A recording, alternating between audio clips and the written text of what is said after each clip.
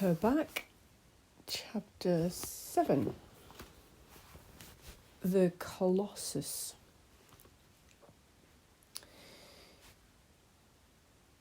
You can follow two paths in the mountains, Her Bak, said the sage. The first winds round it with many a twist, exploring. The slope is gentle, the ascent easy, varied, amusing. This path avoids points of danger. It never attacks the peak and halts at shelters known to be safe. The other is steep.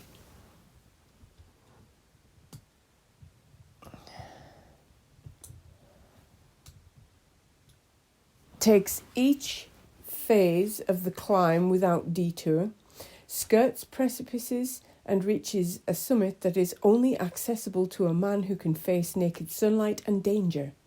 Which path will you choose, Her Bak?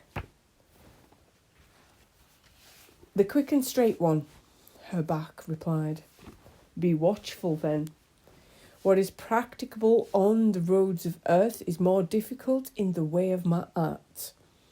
An error of direction is soon noticed when you are crossing the desert, but not always in search after truth if you let go the guiding thread.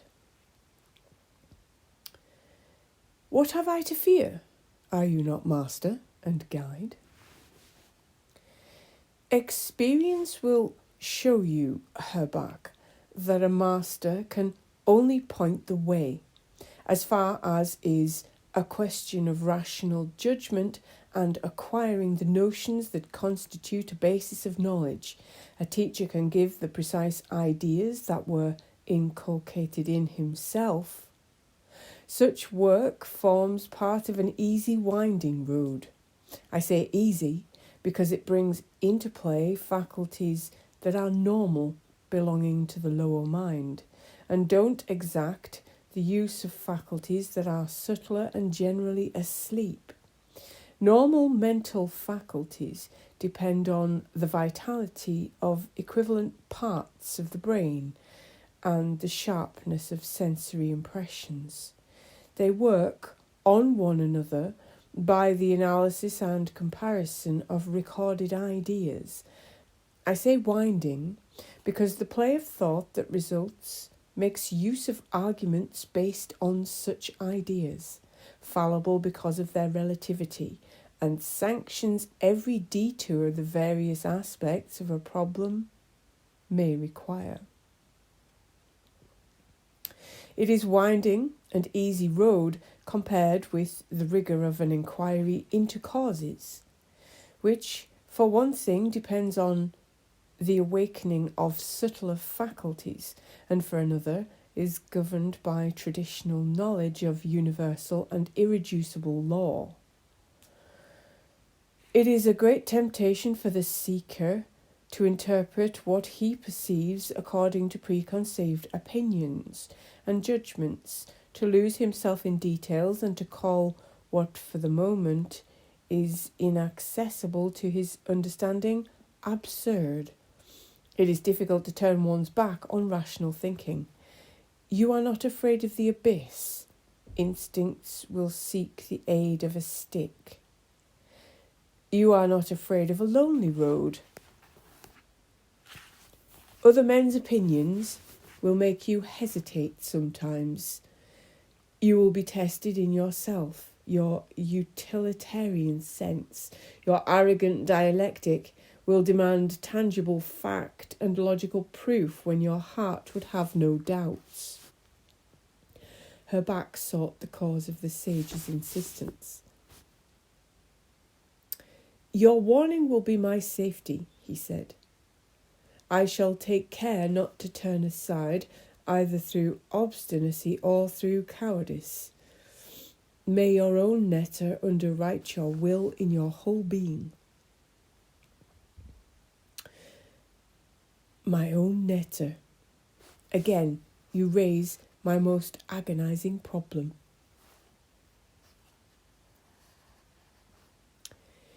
It is the problem of man, Her Bak. It is the problem of the king. who is man's prototype. It is the essential problem of Egypt.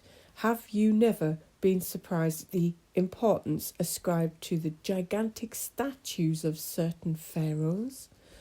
Why did a master of wisdom such as Amenhotep, son of Hapu, deem the making of his colossus a capital work?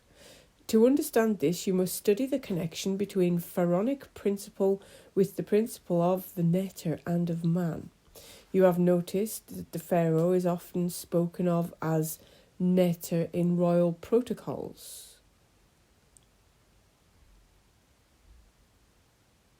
What, in your view, is the difference between netter, king, and man? After long reflection, Her Bak replied, I see 3 differences in body, power, and perfection. The first refers to the physical body. Man and king have a body, the netter hasn't. Why do our images give the netters a body if they have none? I asked that question, and I was told they are given bodies that the gods may have forms nearer to those of men. That is the usual answer, valid for images, statues, and even temples. There's a part truth in it as far as magic is concerned, enough generally for believers. Not enough for me, returned the disciple. I want to find in the netter that which in the netter and in myself is greater than an image. Your desire brings you nearer the reality. But the reality must become self-evident, or you fall into the opposite of common error. Idolatry and spiritualism are 2 poles of the human illusion that dualizes everything, even the divine axis of the world, in order to define, compare, condemn.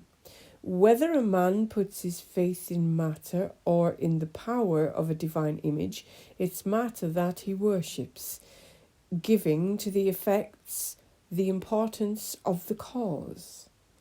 If he only thinks of spirit and worships it as apart from matter, he commits Seth's sin and denies the Creator incarnate in the creature. The netters are the functional principles of nature. Theology will unfold their hierarchy for you, from the forces that are knowable through physical phenomena that are their effects, to the generative power functions of matter, and finally, at the peak, the supreme agents or causes that determine the functions. Our sense and cerebral intelligence can't grasp them in the abstract, but sense and cerebral intelligence can study the evidence of their essential quality throughout the scale of creatures. It is for the part of witness that we choose animal, typical of essential functions. As humanity is the sum of such functions, we present the king as prototype of man, king of earthly creatures, in various phases of evolution.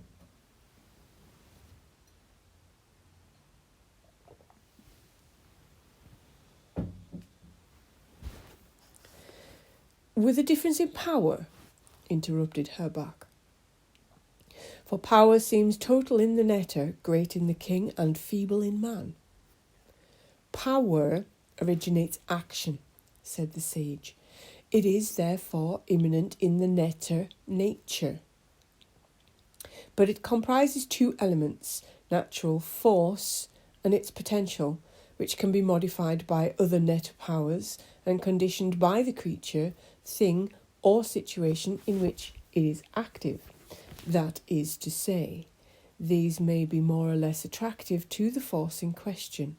Thus man, according to his disposition, can be magnetic or refractory to it. As for the king, he holds powers conferred on him by heaven and by men, so that the opposite is possible. Men can eliminate or overthrow the king. Her Bak felt confusion.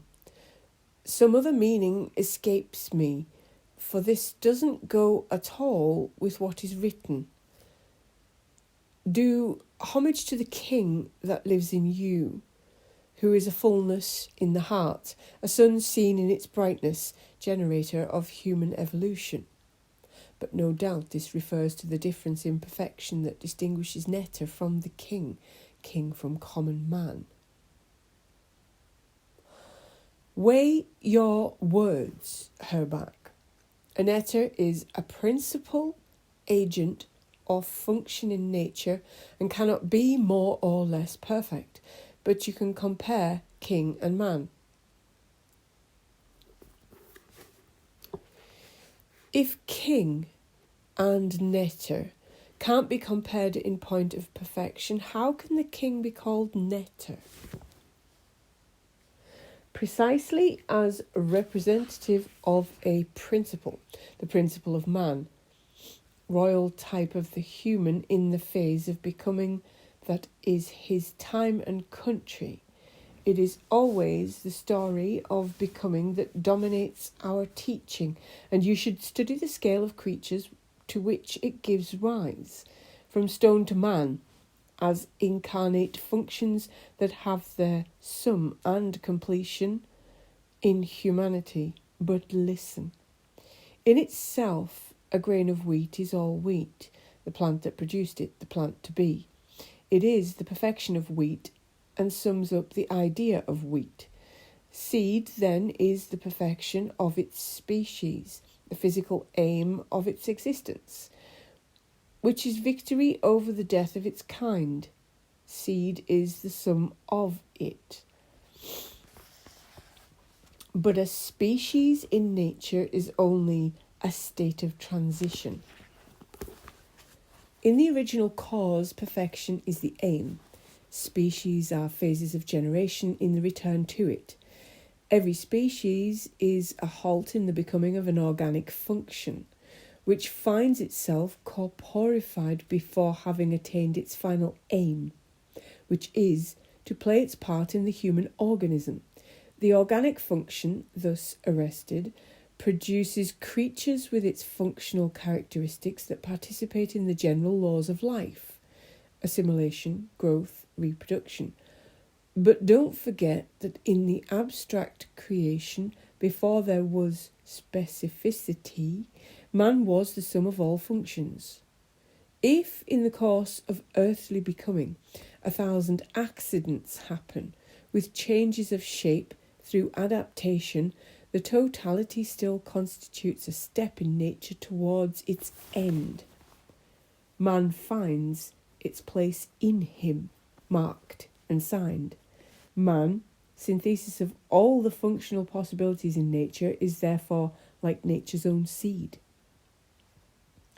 That is why, in his proportions, the variations in his rate of growth, he sums the proportions, movement, and growth of celestial bodies. He can be a measure of his own universe.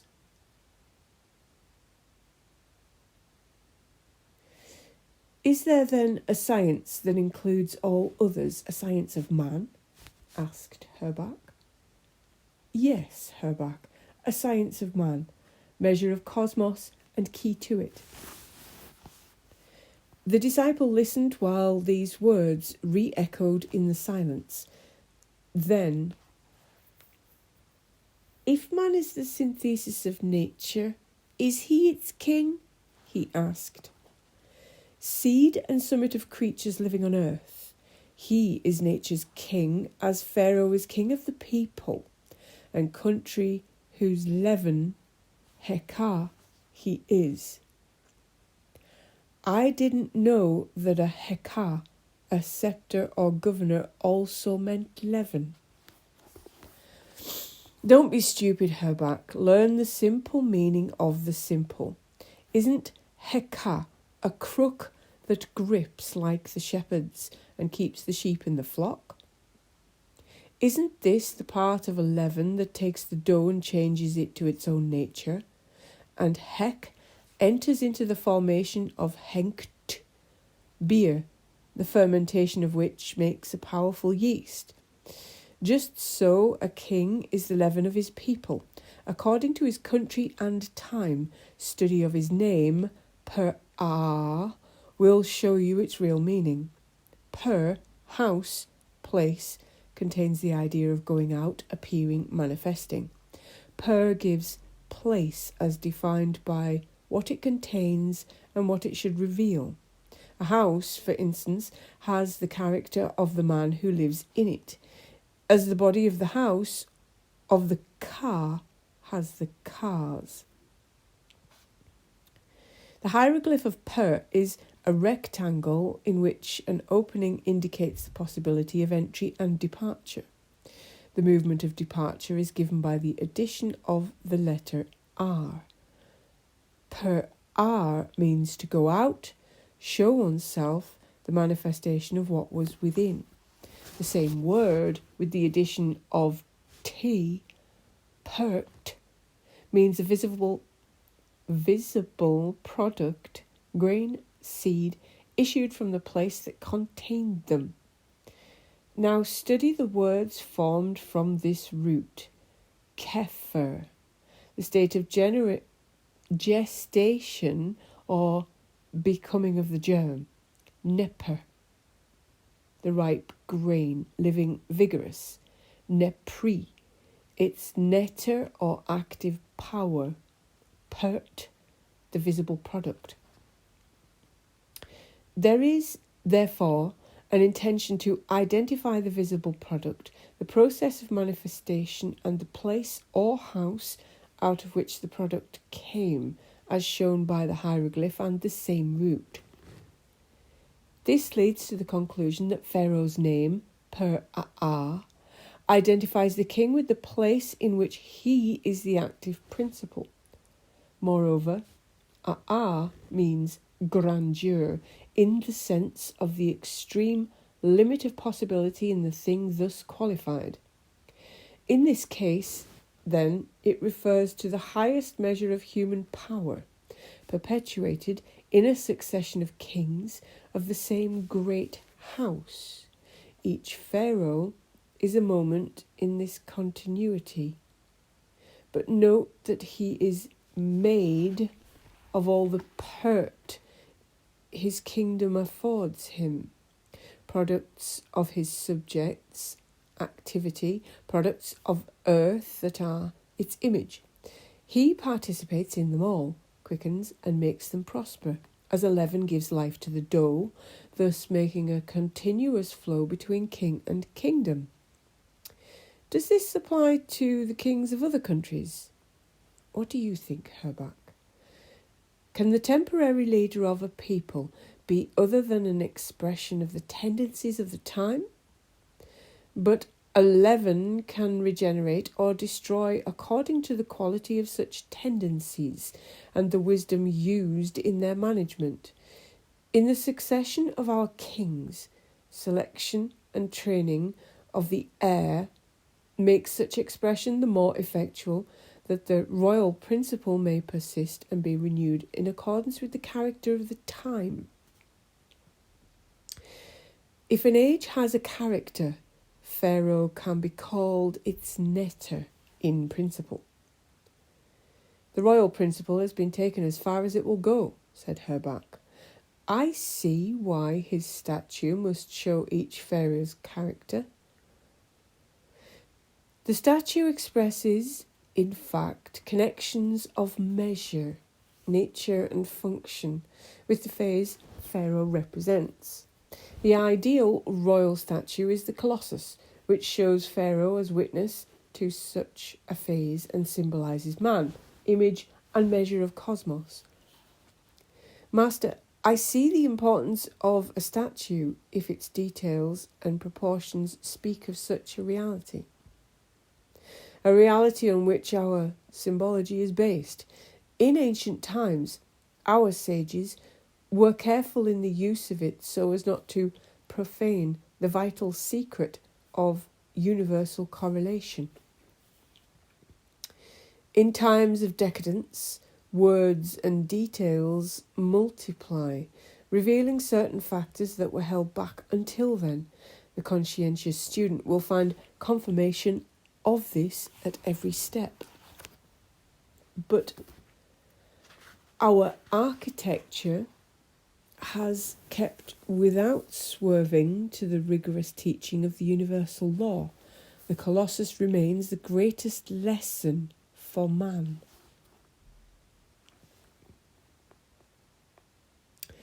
There is a hieroglyph of man.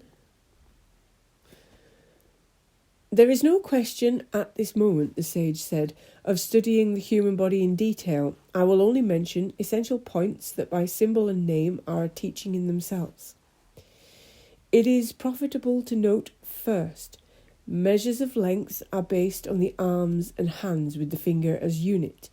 Esoterically, man is seen as a 5-pointed star. The highest point is the trunk and the head, the lateral points are the arms. The two lower are the legs that touch the earth. Arms and hands serve as measures. The forearm, which with the hand gives the cubit, is also the symbol of individuality. The hands do give or receive, but the right hand is active, the left passive. If we befigure someone with 2 right or 2 left hands, it is to specify an active or passive character. The back, supported by the vertebral column, is called iat, like anything with an axis and 2 poles. The North Pole, the head, cranium and all, is called tep. The South Pole, heel and sole of the foot, tibet, or tb.t. The 12 ribs, which develop the chest like a sphere with 2 spirals, are called spur. Note that this framework, which swells and collapses on inspiration and expiration, has the same name as the function spur, which means to aspire, strain towards, implore. The root men, which has in it the idea of base, foundation, stability, gives their names to the thigh, ment, base and stability of the trunk, and to the breasts, nutritive base of a child's life. If you would understand the process of formation, nutrition and transformation in our flesh, study the visceral organs of generation and nutrition in the belly, kat, bearing in mind that ket means wood, a thing or a fire. Khat is also the word for a corpse. Khat. The organs of animation and renewal are in the rib cage that contains the hati, heart and lung group, inseparable as to function. The heart of flesh, ab, is a dancer. Ab, whose movement of contraction and dilation propels vital activity and is the motor of animal life. It governs the rhythm of the bloodstream. But the heart couldn't do this without the help of a 2-fold organ, the lungs, where fire and air carried by the breath, neph, and the blood, seneph, meet. As fire can't live without air, the heart of flesh needs the lungs, smar, to give the blood of life and unite air with fire. Her Bak drew the symbol of union, smar, on the ground. Is the part played by the lungs the reason for the name smar? If you give the word its real meaning, smar means to join in order to give them life. 2 separate elements of the same origin, so that each takes the other's qualities without fusion and is better for it. I understand the symbol smar, tawi, union of the 2 lands, said Her Bak. Flowers of the north entwine with flowers of the south, yet they live independently. Like the 2 lands, agreed the sage.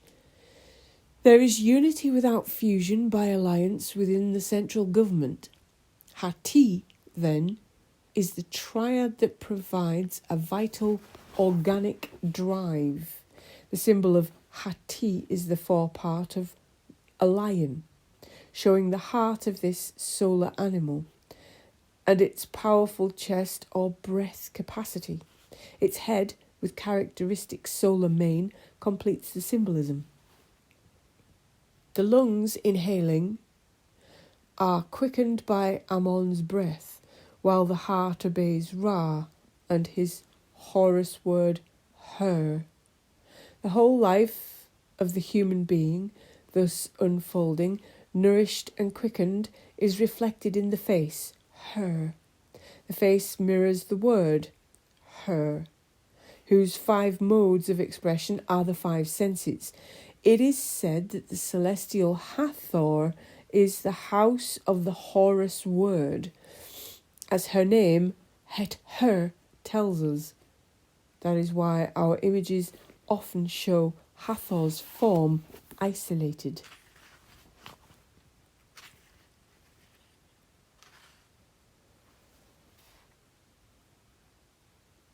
There is a hieroglyph of the symbol of union, Sma, plant of the north, bound to the centre with the plant of the south.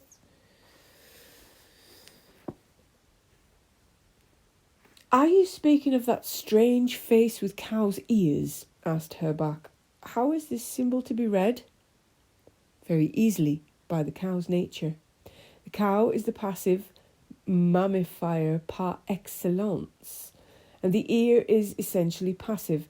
The clarity of its hearing is proportional to its passivity, just as neutrality is the condition of understanding for the inner ear. The ear is called mesjer, from the root mes, to be born or born, and djer, limit or to bind. This symbolises its 2 essential functions. Djer alludes to the fact that our sense of orientation, of direction in the space in which we find ourselves, resides in the internal organ. It is this centre that gives us our sense of balance. The meaning of mesjer, to be born and to bind, draws attention to the way in which the ear exercises the sense of hearing. It unites the sounds or words which the 2 ears hear separately. It is their receptivity to the word that suggests their appellation, quote, the living, unquote, and it puts them in relation with Hathor, mother of Horus. The ear must have some relation with Ptah, said Her Bak. I have seen steels with a prayer to Ptah on which ears were engraved. Ptah is incorporate fire, conceived in terrestrial, quote, ear, unquote, in passive inert matter, of which it becomes the activity, creator of bodily form. Hathor, the heavenly cow, is the divine passivity that perpetually receives and conceives all forms of the word. She is the cosmic aspect of passivity, which Mut is the terrestrial aspect. Now you can understand the symbol of the passive ear. Hasn't the eye, too, a passive role? Her Bak asked. The eye has a 2-fold function. It receives light and gives out energy. The eyes are essentially dual. Their sight is dualised and crossed in the brain. That is why when we symbolise sight, ma, by 2 eyes, and the, quote, scythe, unquote, that separates them. Their character is 2-fold as well. The right eye is solar, the left is lunar.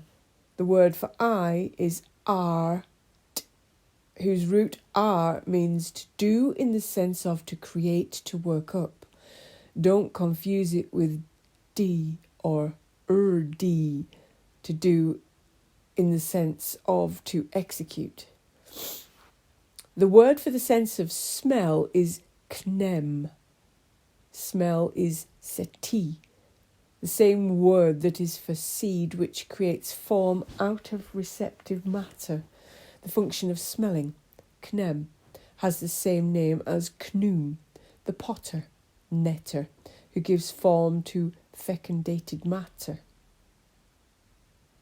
As to the sense of taste, its netter is called ho, which signifies both the nutritive principle in foodstuffs and the principle of taste. The mouth's function is to discern flavours.